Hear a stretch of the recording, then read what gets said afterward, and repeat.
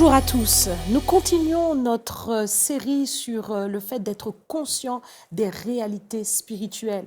Nous voulons vraiment que les croyants puissent réaliser que le monde spirituel regorge de ressources pour nous parce que nous avons le royaume de Dieu qui est à notre disposition et surtout nous ne devons pas avoir peur du monde spirituel. Beaucoup de personnes que je rencontre me disent « Oh là là, je ne voudrais pas voir même un ange parce que je ne sais pas comment je tiendrai, j'aurais peur » et certains même n'osent pas avancer dans leur vie personnelle, dans leur vie de prière. Ils se disent, mais si je me mets vraiment à prier, et si quelque chose se passe, si un ange me visite, comment est-ce que je pourrais tenir ? Écoutez, c'est vrai que le Seigneur veut véritablement que nous soyons remplis de choses d'en haut. Nous sommes les enfants de Dieu et le royaume de Dieu est notre atout. Alors, nous avons dit que la foi est très précieuse pour pouvoir s'emparer de ces choses. Le Seigneur n'est pas là pour nous faire peur. Il veut au contraire nous bénir avec son royaume. Mais nous devons véritablement pratiquer notre foi et cette pratique va nous donner directement accès à la puissance et à la gloire de Dieu.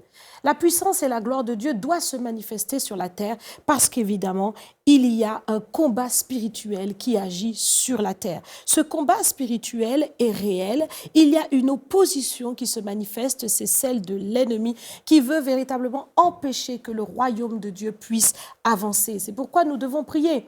Nous devons prier et nous disons, notre Père qui est aux cieux, que ton règne vienne. Pourquoi le règne de Dieu doit venir? C'est parce qu'il y a autre chose qui est établie et le règne de Dieu doit venir prendre la place. Ce qui est établi, c'est que effectivement, le diable a été précipité et il est animé d'une grande colère et il fait un travail de destruction. Alors regardez avec moi dans ce passage qui se trouve dans Apocalypse au chapitre 12 et au verset 3, il nous est dit « Un autre signe parut encore dans le ciel. Et voici, c'était un grand dragon rouge, ayant 7 têtes et 10 cornes, et sur ses têtes 7 diadèmes. » Au chapitre 12, toujours verset 4, sa queue entraînait le tiers des étoiles du ciel et les jetait sur la terre. Le diable est descendu. Il est descendu sur la terre parce qu'il y a été précipité. Nous l'avons dit dans les sessions précédentes. Il n'y avait pas de place pour lui parce qu'il était dans la rébellion. Il est devenu un dragon, une bête à 7 têtes. Et véritablement, nous voyons au travers de cela, j'en ai écrit tout un livre, vous pourrez vous approfondir ces choses dans ce livre « Vaincre ce monde de ténèbres ». Eh bien, vous pourrez voir que ce dragon à 7 têtes a des dominations par lesquelles il agit pour pouvoir effrayer la terre. Sa queue a entraîné le tiers des étoiles du ciel, c'est-à-dire qu'un tiers des anges ont été déchus et sont partis dans la rébellion avec le diable. Et maintenant, sur cette terre, où il est animé d'une grande colère, il travaille. Il travaille pour séduire toute la terre et il est très actif car il sait qu'il a peu de temps. Son jugement est déjà prononcé. Dieu a préparé pour lui l'enfer. C'est les temps ardents de feu qu'il a préparé pour le diable et pour ses anges.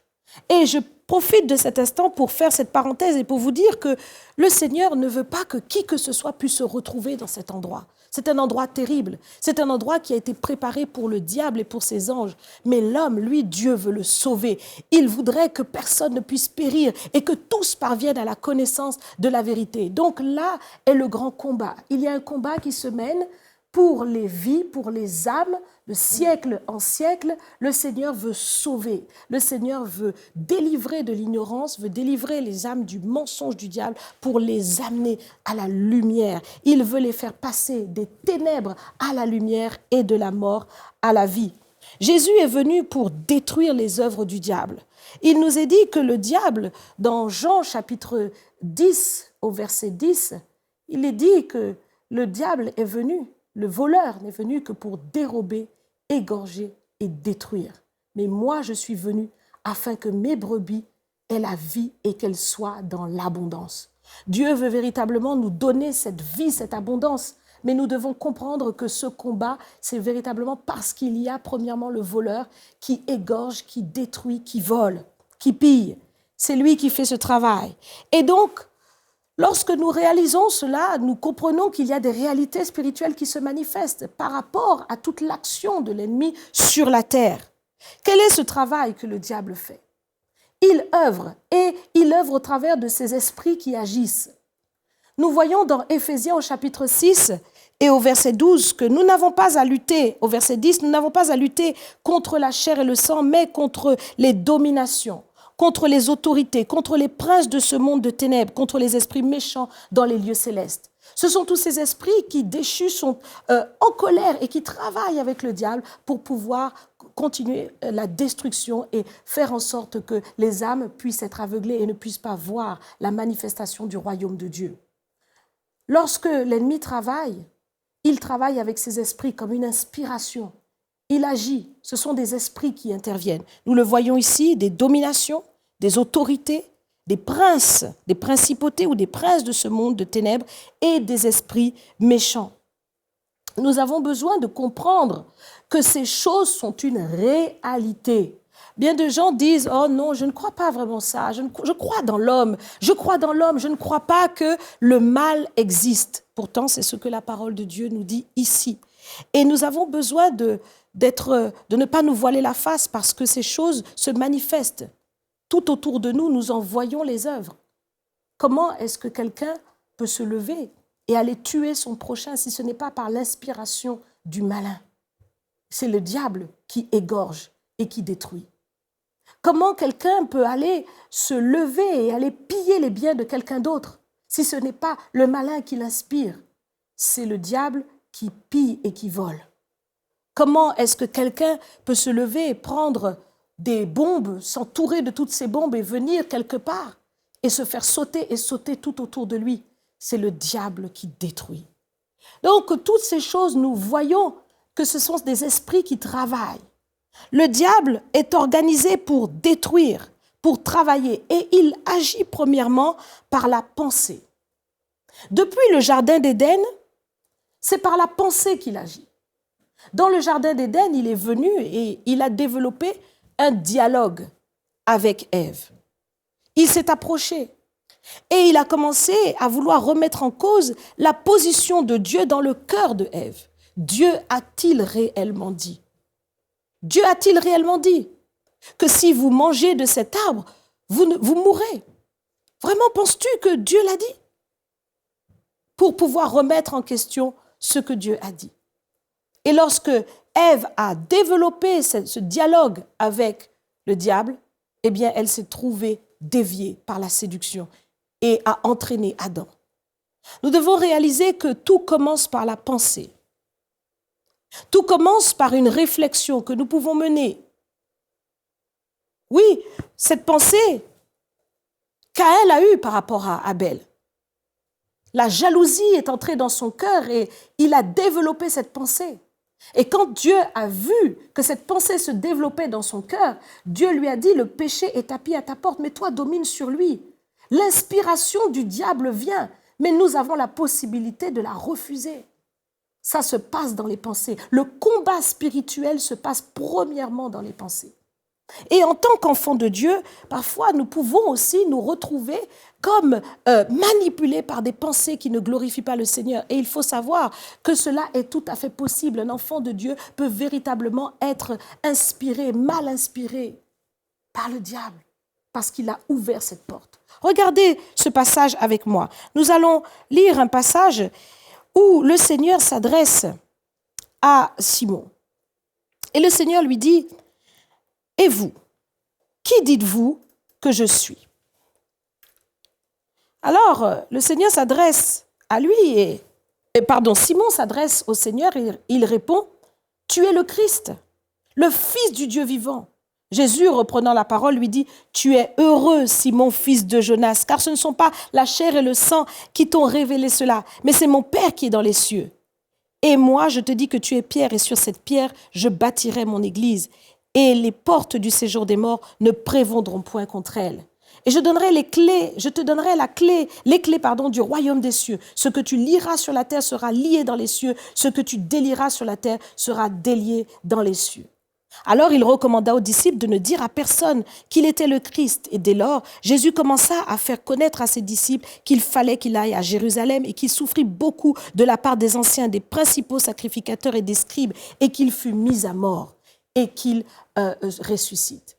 Et lorsque le Seigneur a parlé ainsi, Pierre a pris à part le Seigneur et lui a dit, « Mais Seigneur, non pas, que cela ne t'arrive pas. » Aussitôt, le Seigneur a dit à Simon-Pierre, « Arrière de moi, Satan, car tes pensées ne sont pas celles de Dieu, mais celles des hommes, et tu mets en scandale. » Regardez donc Simon-Pierre qui, quelques instants auparavant, avait reçu la révélation de qui était Jésus-Christ. Ses yeux avaient été ouverts par le Seigneur pour voir dans le monde spirituel qui était véritablement Jésus-Christ.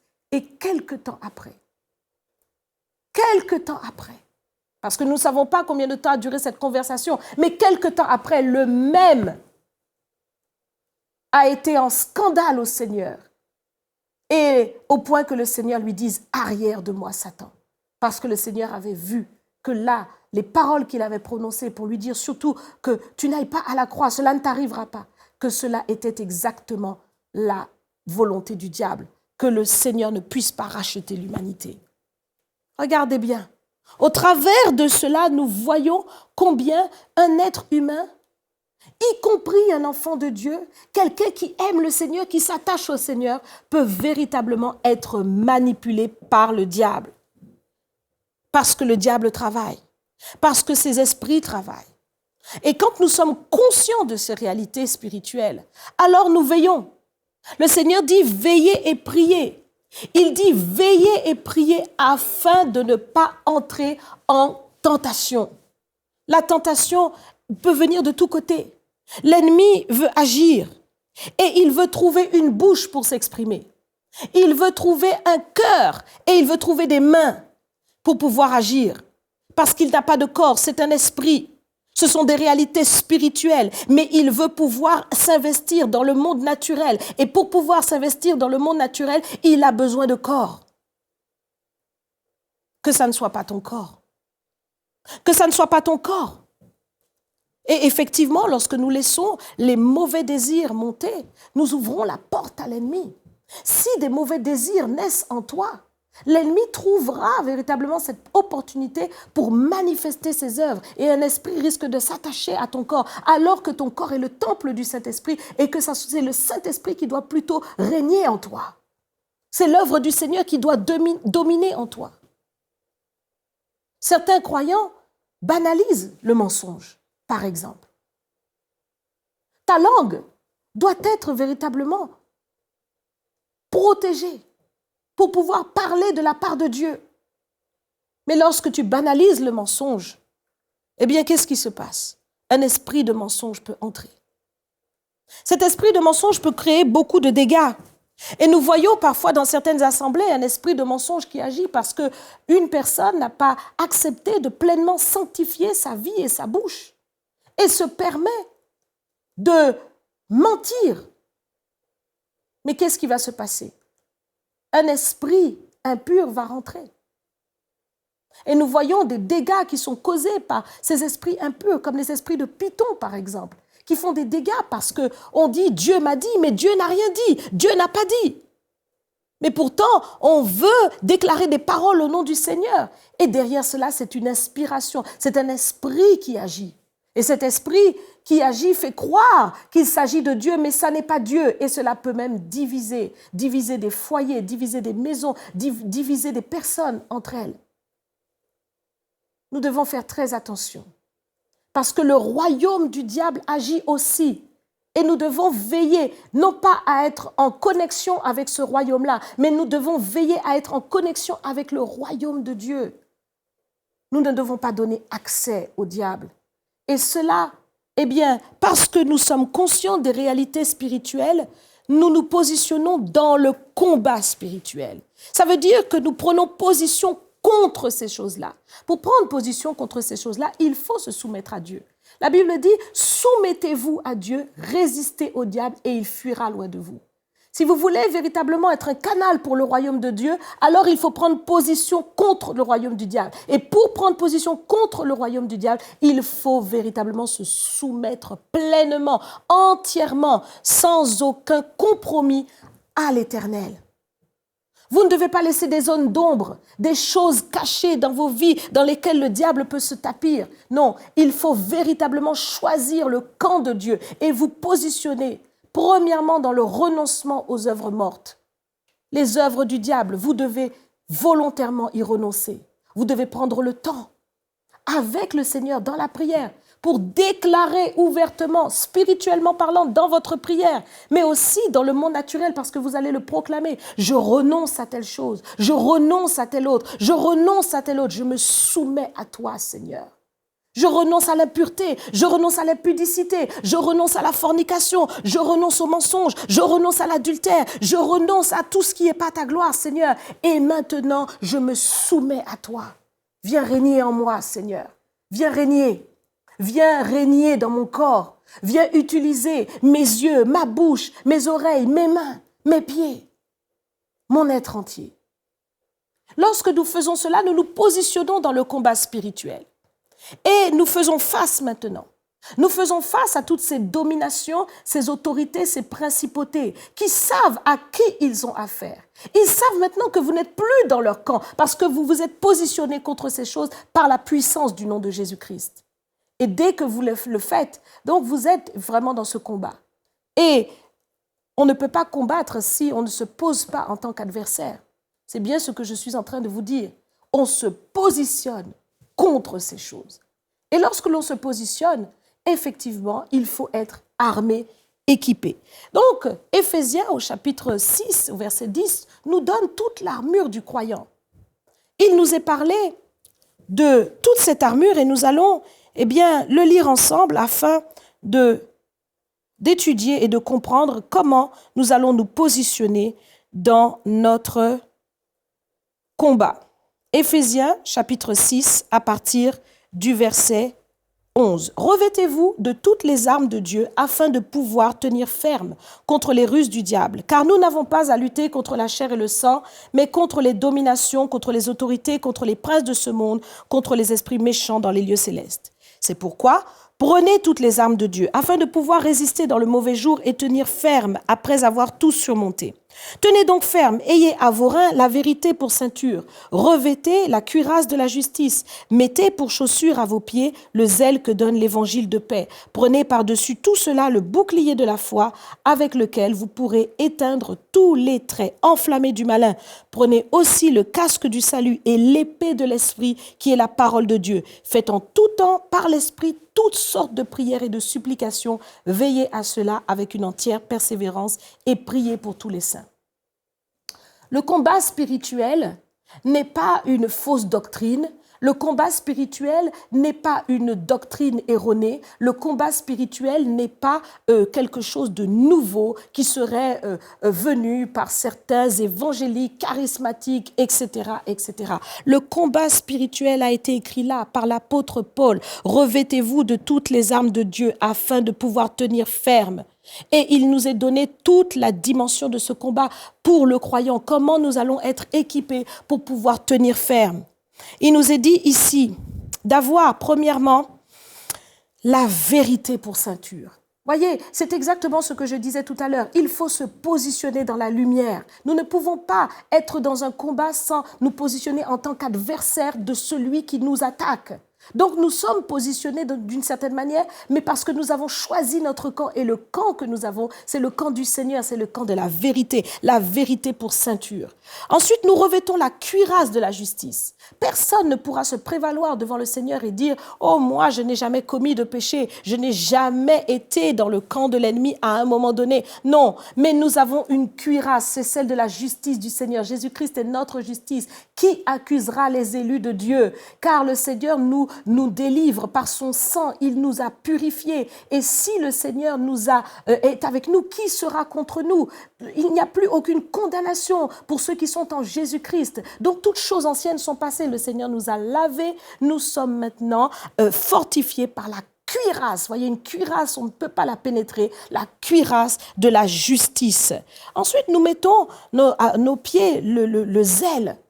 Nous devons être zélés. Si nous ne sommes pas zélés pour le royaume de Dieu, nous ne sommes pas dans le camp du Seigneur. Voyez, parce que la Bible dit que celui qui néglige les choses est frère de celui qui détruit. Ça veut dire qu'en ne faisant pas, en ne prêtant pas main forte au royaume de Dieu pour le faire avancer, nous prêtons l'association à celui qui le détruit. C'est pourquoi nous devons être zélés. Le zèle n'est pas une option, le zèle est une obligation. Nous devons être zélés pour l'évangile de paix.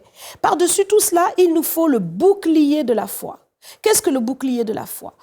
Nous avons vu dans notre session concernant la foi qu'elle est essentielle pour pouvoir s'emparer des choses du royaume. Mais dans le bouclier de la foi, par lequel nous allons éteindre tous les traits enflammés du malin, nous allons véritablement nous préserver notre âme, parce que nous restons dans la foi, dans les moments difficiles, nous ne nous décourageons point, nous ne nous lassons point, mais nous sommes renouvelés au-dedans de nous parce que nous avons cette foi que le Seigneur intervient. Oui, c'est un bouclier, c'est une protection, et par cela, l'ennemi ne peut pas nous atteindre. Tant que nous restons dans la foi, nous restons dans le camp du Seigneur.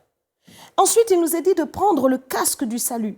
Le casque du salut, c'est véritablement très, très important. Parce que beaucoup de gens peuvent être attaqués dans leurs pensées. Parfois, je reçois dans les entretiens, des personnes qui me disent que lorsque je prie, j'entends des choses, il y a des choses qui montent dans mes pensées. Je veux prier le Seigneur, mais il y a des pensées impures, des pensées blasphématoires qui montent.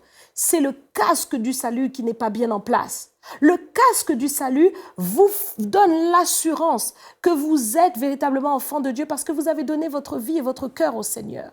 Et donc, par le casque du salut, lorsque vous avez ce casque sur vos pensées, eh bien, vous préservez vos pensées, que tout ce qui est vrai, juste, pur, saint soit l'objet de votre pensée. Le casque du salut va agir véritablement pour faire ricocher toutes les flèches de l'ennemi. L'ennemi va envoyer des pensées impures, des pensées mauvaises, mais par ce casque, elles ricochent, elles ne pénètrent pas en vous. Le casque est très important. Pour avoir le casque, il faut entretenir sa vie par des hymnes, par des louanges, par des psaumes, par une vie de prière abondante, par véritablement le fait d'être rempli du Saint-Esprit au niveau de vos pensées. Et cela se gagne véritablement dans la consécration, le jeûne et la prière. Et nous devons aussi avoir, très important, l'épée de l'Esprit. Toutes les armes que nous avons décrites tout à l'heure sont des armes défensives. Nous nous protégeons. Mais il faut être offensif. Dans le royaume de Dieu, nous devons combattre et nous devons combattre activement pour faire progresser le royaume de Dieu et détruire les œuvres du diable. L'épée de l'Esprit est une épée qui est celle de la parole de Dieu. La parole de Dieu. Il nous est dit l'épée de l'Esprit qui est la parole de Dieu. Alors souvent, quand nous pensons à l'épée de l'Esprit, nous prenons notre main et nous disons, voilà, je vais agir avec l'épée de l'Esprit. Mais l'épée de l'Esprit, elle est là. Elle est là, c'est notre langue. Nous allons parler et nous allons proclamer les oracles du Seigneur. Nous allons proclamer la parole de Dieu. Nous allons ordonner que les choses se fassent. Et c'est par cette parole qui est l'épée de l'Esprit. La parole va courir avec vitesse et l'Esprit va agir au travers de ce que nous allons dire. C'est pourquoi il est important de connaître la parole de Dieu pour pouvoir la proclamer. Si vous ne la connaissez pas, vous ne pourrez jamais déclarer ce que Dieu dit. Dieu veut prévaloir. Le royaume de Dieu veut prévaloir, mais il ne prévaut pas en dehors de sa parole. Tout ce que le Seigneur veut faire, c'est dans sa parole. Et donc, il faut proclamer sa parole pour que Dieu agisse sur la base de sa parole. Dit, fils de l'homme, prophétise, parle à l'esprit, dit, ordonne que ces ossements desséchés puissent vivre. Lorsque nous allons proclamer les oracles du Seigneur, lorsque nous allons ordonner sur des villes, sur des nations, sur des régions, que le Seigneur souffle son esprit pour réveiller les âmes, pour les sortir de l'assoupissement spirituel, pour leur donner de connaître Dieu en esprit et en vérité, l'esprit va agir avec puissance, l'épée de l'esprit. Lorsque nous allons anéantir les œuvres du diable pour déclarer au nom de Jésus, je chasse tel esprit, l'esprit va agir et chassera l'esprit impur. Nous parlons de toutes ces armes qui nous permettent de mener le combat spirituel, mais il nous est précisé qu'il faut aussi faire en tout temps, par l'Esprit, toutes sortes de prières et de supplications. Là encore, c'est un atout indéniable. Prier par l'Esprit. Beaucoup de gens sont, dans leur zone de confort lorsqu'ils prient de manière intelligible. Mais lorsqu'il s'agit de passer du temps dans la prière en esprit, et donc là nous faisons référence à la prière en langue, eh bien beaucoup de personnes s'arrêtent très très vite. Or, voyez, si vous voulez véritablement que l'esprit agisse, vous pouvez vraiment rentrer dans une dimension de prière en langue intensive. Paul disait, je me réjouis de ce que je prie en langue plus que vous tous. Paul priait abondamment en langue et nous avons vu les effets de son œuvre. Si nous voulons être des disciples efficaces qui travaillent avec le royaume de Dieu, la prière en langue doit être un atout pour nous. Nous faisons par toutes sortes de prières par l'esprit, toutes sortes de supplications. Et nos prières en langue sont efficaces, elles sont excellentes. Elles disent exactement ce qu'il faut dire au moment où il faut le dire. Nous devons veiller à cela avec une entière persévérance. Oui, le royaume de Dieu est disponible pour que nous puissions combattre et combattre efficacement, être équipés et avoir tout ce qu'il nous faut pour mener ce combat et aller jusqu'au bout. Nous voulons véritablement voir le fruit de notre combat, du combat que nous menons. Nous voulons voir l'œuvre du diable être détruite. Et quand nous voyons dans une vie qui avait été l'objet de la destruction de l'ennemi par la drogue, par toutes sortes de dépravations, et quand nous voyons que nous apportons l'évangile, quand nous voyons que nous prenons autorité sur les esprits qui avaient tenu les âmes en captivité, et que nous voyons que les chaînes se brisent, que les addictions sont brisées, et que la personne renaît, lorsque nous voyons que sa vie renaît, notre joie est grande, parce que nous voyons que la puissance du royaume agit avec force au travers de nous, et que le combat que nous menons n'est pas un combat vain. Le Seigneur veut effectivement que ce combat soit mené par ses disciples.